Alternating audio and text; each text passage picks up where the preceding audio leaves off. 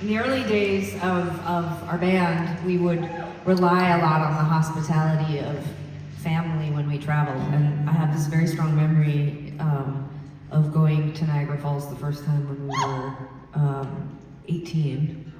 I think it was 18, and we went and stayed with a cousin we'd never met in Toronto. It ended up being great. She turned out to be awesome, and we are still like family members, obviously, but like family members who talk. But we were like, it had to be maybe, I think she was about 10 years older than us. I actually don't know exactly, but we'd never gone on a plane or gone anywhere without our parents, and we flew out to Toronto. We landed really late, and we almost did that thing you're not supposed to do at the airport, like get in a car with somebody who comes up and solicits a ride. Or no, we did do it, sorry. I've rewritten history. We did actually do that. We took a town car of a guy who like solicited us in the airport, and but we ended up alive, obviously, and he took us to our aunt's house, and it was actually her mom's house, but our cousin's house, but it was her mom's house. You guys don't need these details, sorry, I apologize.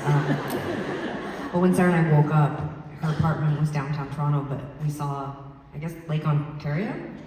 Yeah, and we were like, whoa, Toronto's on the ocean? Like, no, like, just, like, it looks like an ocean, you know. Anyway, but our cousin, she was like, you gotta see something, because you're here, so she took us to the C&E. That's a thing, thank you, okay. And, but she didn't come in, she just dropped Sarah and I off, but she,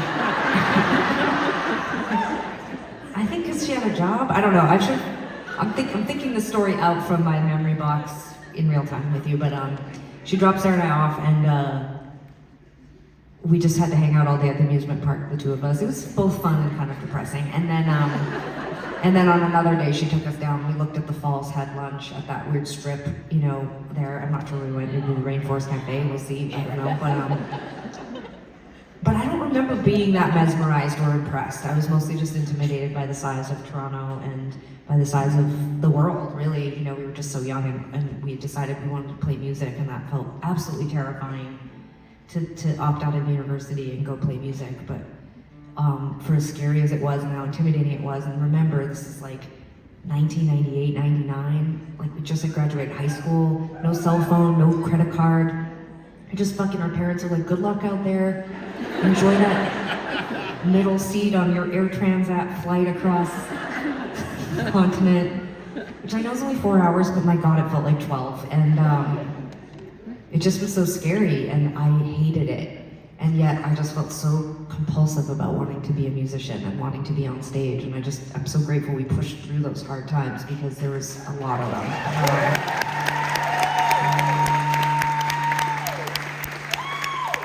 One of the things that I think really kept us going during that time, at least for myself, was that every time Sarah would write another song, I just was such a fan, you know? I just thought she wrote so intelligently and maturely, and her lyrics were so visual, and it was also a compulsion to just like want to be able to show the world, be a part of it. Because Sarah was always like, I don't care if we're in a band, I don't care if we play music, and I felt like, oh no, but the world needs to know Sarah. Anyway,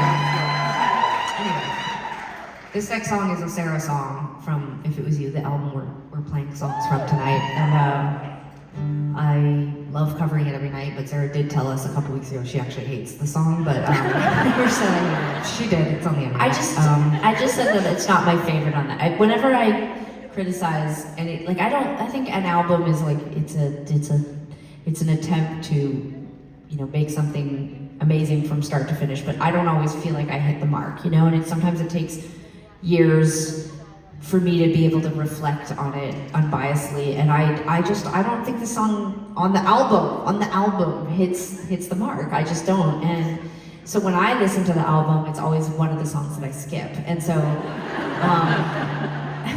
so I'll be performing that song for you tonight. I know, but here's the thing.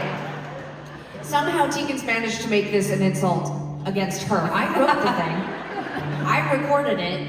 I'm saying that I sort of can't stand my version of it, but I think Tegan does a lovely version of it. And that's the fun of like playing each other's songs sometimes, is that, you know, I don't know, this is gonna sound really like woo-woo, but it's almost like you can't hear yourself until you hear somebody else doing something that you did, you know? It's like the flattery of someone covering you is bigger than just like, oh, this person's covering my song. It's like, oh, I can finally hear it because it's not in my head.